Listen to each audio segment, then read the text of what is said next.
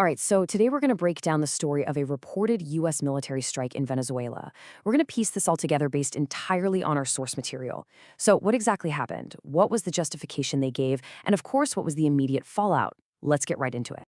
The whole thing kicks off with just two words, a really simple but incredibly dramatic phrase that our sources say just popped up online. It's happening. I mean, can you imagine seeing that on your phone as your city is coming under attack? It just perfectly captures that feeling of shock, right? A full-blown military operation unfolding in real time, and it's all being shared on social media. So the first big development here, it didn't come from some official press briefing or, a battlefield update. Nope. According to the sources we've looked at, it came straight from social media in a really stunning early morning announcement from President Donald Trump himself. And here it is. This post, which was reportedly from Trump's own platform, Truth Social, is really the central claim that our sources build this whole narrative around. And look, it's not just announcing a military strike, right? It's declaring a successful, get this, decapitation operation. That's a targeted action specifically to remove a country's leadership, in this case by capturing a sitting head of state. Pretty wild stuff. The announcement itself gave us a few key details right off the bat. It framed the whole thing as a coordinated effort with U.S. law enforcement. It also confirmed that the president's wife, Cilia Flores, was captured, and it promised more information was on the way. And what's interesting is our sources also point out that this message was immediately shared and amplified by top administration officials. So it was clearly meant to look like a unified government message. Okay, so how did this reported capture actually go down? Well, the sources we have help us piece together a timeline of the military action on the ground there in Caracas. So what the sources construct is this timeline of a really swift overnight operation. It apparently all kicked off around 2 a.m. Loud explosions, low-flying aircraft ripping across Caracas. Shortly after that, you've got air raid sirens wailing and power outages hitting different neighborhoods. Then, unconfirmed reports start trickling in about landings by the U.S. Army's Delta Force. We're talking an elite special ops unit. And by sunrise, it was reportedly confirmed. A full U.S. ground presence was active in the capital. And this wasn't just a single strike, not by a long shot.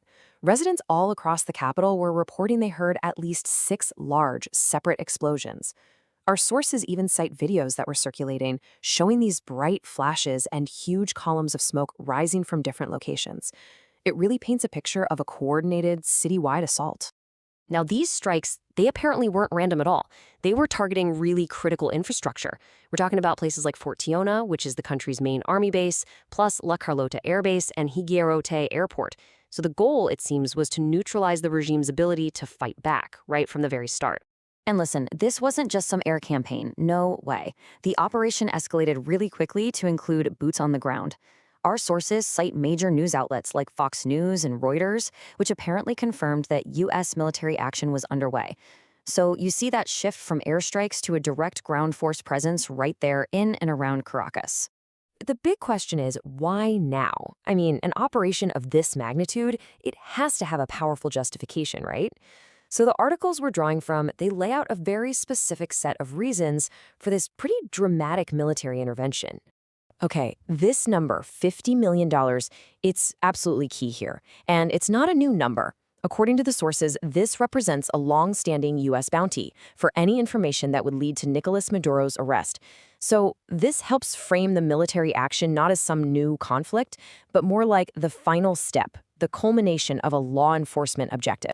And really, at the heart of the U.S. case against Maduro, as our sources reported, is this accusation of narco-terrorism.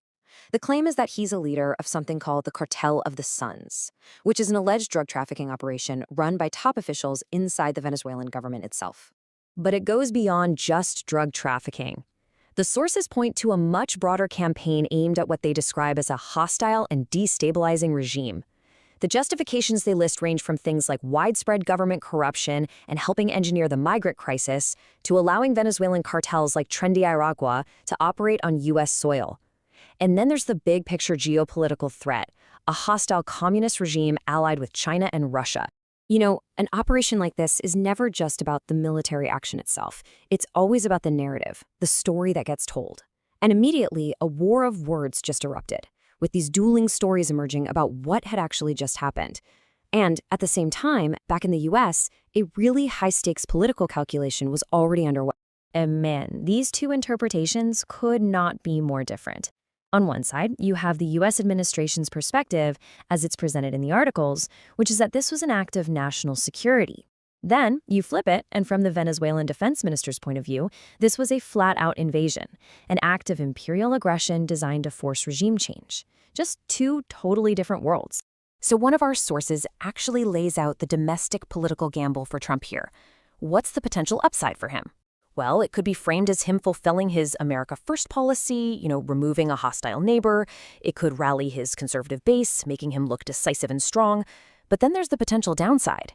This goes directly against his campaign promise to end forever wars, and it totally opens him up to attacks from Democrats, who could label him a warmonger and an empire builder. It's a real political tightrope. And so, all of this leaves us with this central question that this whole event poses, at least as it's framed within our source material. Is this operation a decisive, swift end to a long-simmering conflict with a hostile neighbor, or is it a dangerous new beginning? The first shot in a much larger conflict to come? That's really the big question our sources leave us to think about.